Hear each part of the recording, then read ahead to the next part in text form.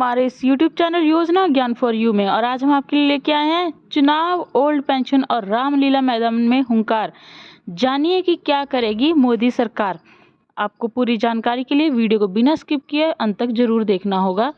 आइए जानते हैं क्या है, लेकिन उससे पहले अगर आप हमारे इस चैनल को पहली बार देख रहे हैं तो चैनल को सब्सक्राइब जरूर करें, साथ में बेल आइकन की घंटी दबाएं ताकि आपको आने वाली वीडियोस की जानकारी तुरंत मिल सके। वीडियो पसंद आए तो वीडियो को लाइक करें, दोस्तों रिश्तेदारों के साथ शेयर जरूर करें। अगर आपको कोई सवाल है तो आप कमेंट बॉक्स में जरूर पूछिए। नई पेंशन स्कीम साल 2004 में लागू की गई थी और इसे लेकर केंद्र सरकार ओर से कई राज्यों के बीच टकराव लंबे समय से जारी है। रविवार को ओल्ड पेंशन स्कीम की मांग को लेकर लाखों की संख्या में कर्मचारी दिल्ली के रामलीला मैदान में पेंशन शंखनाद रैली में जुटे थे। राजधानी दिल्ली में स्थित रामलीला ग्राउंड एक बार फिर चर्चा में है। दरअसल रविवार को पुरानी पेंशन स्कीम बहाली की मांग को लेकर तमाम राज्यों के शिक्षक और अन्य कर्मचारियों की भारी भीड़ यहां पर जुटी।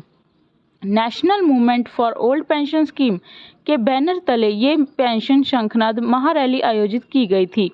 ऐसे में ओल्ड पेंशन स्कीम लागू करने की उठ रही मांग के बीच ये जानना जरूरी है कि आखिर क्यों ये कर्मचारी इसे लागू करने पर जोर दे रहे हैं और न्यू पेंशन स्कीम यानी एनपीएस से ये कितना अलग है। इसके साथ ही अगर सरकार ओपीएस लागू करती है तो सरकारी खजाने पर कितना बोझ बढ़ेगा। इन सब सवालों के जवाब आइए जानते हैं।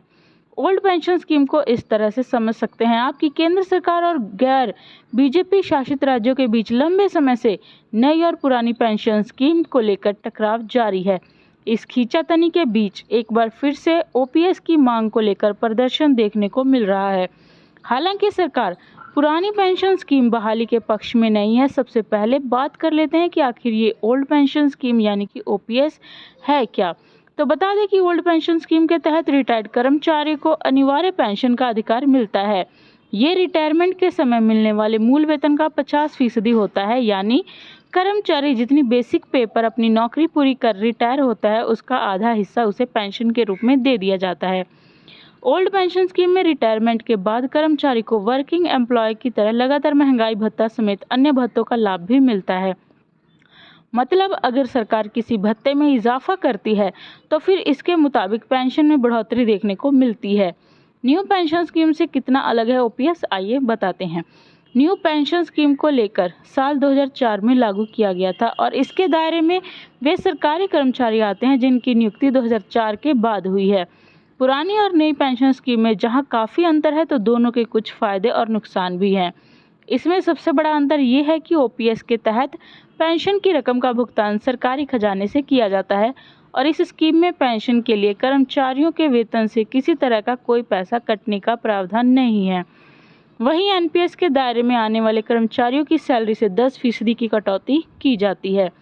नई पेंशन स्कीम में जीपीएफ की सुविधा उपलब्ध नहीं है, जबकि पुरानी पेंशन स्कीम में ये सुविधा कर्मचारियों को मिलती है। नई पेंशन स्कीम शेयर बाजार पर आधारित है तो इसमें लॉन्ग टर्म में रिटर्न बेहतर मिलने की संभावना रहती है। हालांकि कम रिटर्न की स्थिति में फंड घटने की आशंका भी बनी रहती है। सरकार की ओर से कहा जा रहा है कि ओल्ड पेंशन स्कीम यानी कि ओपीएस सरकारी खजाने पर बोझ बढ़ाने का काम करती है।